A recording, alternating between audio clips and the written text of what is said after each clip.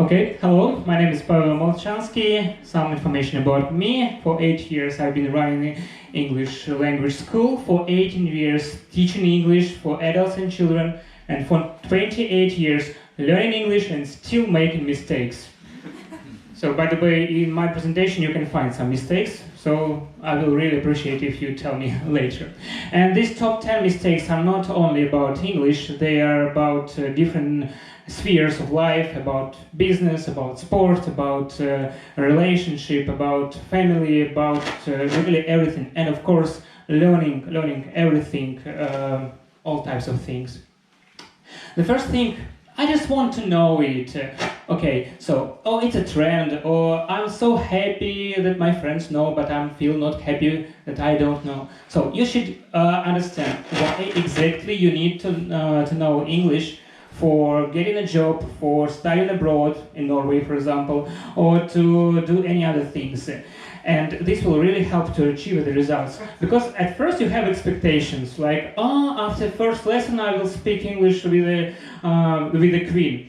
And afterwards you get disappointed because you feel not so confident in speaking English and using English, and like it becomes like, okay, normal, no, okay, very good.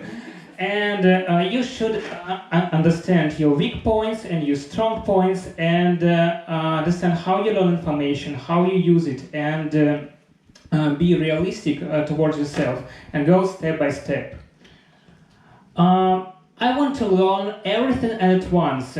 Okay, English is the big elephant, and you need to eat it by pieces, and this principle concerns everything, you know.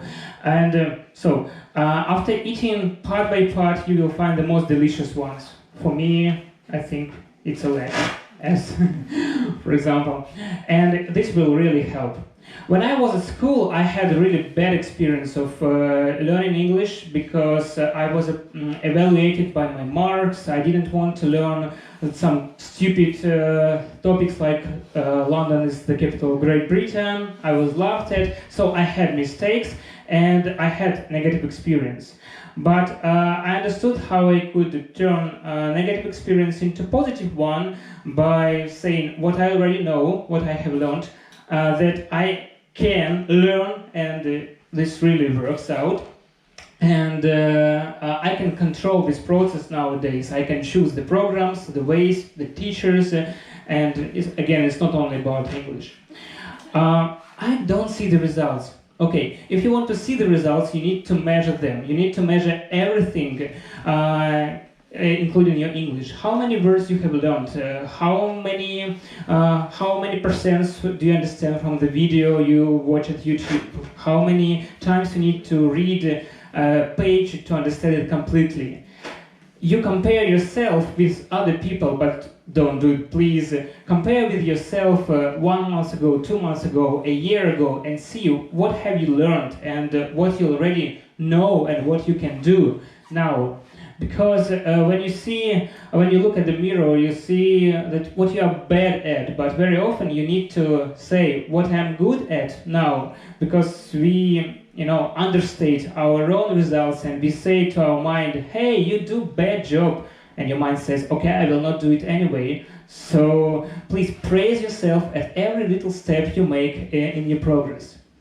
I don't have time for it.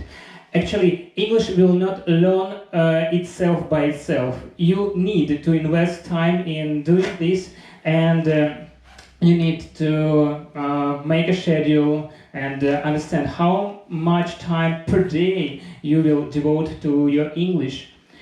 I am for self-development, I am for self-education, but very often it happens when my students come to me and they start speaking like, oh, it's a tablet, oh, I so happy microphone, and it happens because they don't know how to pronounce the words, and it means that you have to relearn and reteach them, which is really worse.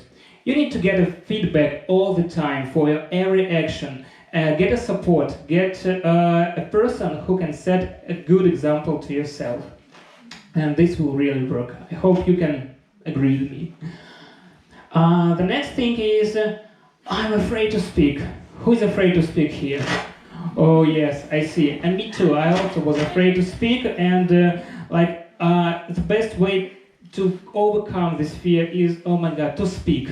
I don't see other ways, because you go on this fear and you use every chance to speak. You come to Pеча-куча and speak. You pretend that you're a foreigner and come to people in the street and, hey, what's the time, or how to get to, and this will really help you. After 10, 20, 100 times you do it, you feel more comfortable, believe me. I know it's hard, but at first, only at first. I have no practice. Yes, I go to English school, I speak in my group, but I don't know where I can practice it. And okay, if practice doesn't come to you, please, you come to practice. Because in Volga there are a lot of events concerning English, and Pеча-куча is one of it, and also excursions, speaking clubs, film clubs, etc., etc. Choose according to your taste, and you will see other people who have the same interest as you, so you will practice together. That's wonderful, networking. And last one but not the least, you are too serious. Come on, look.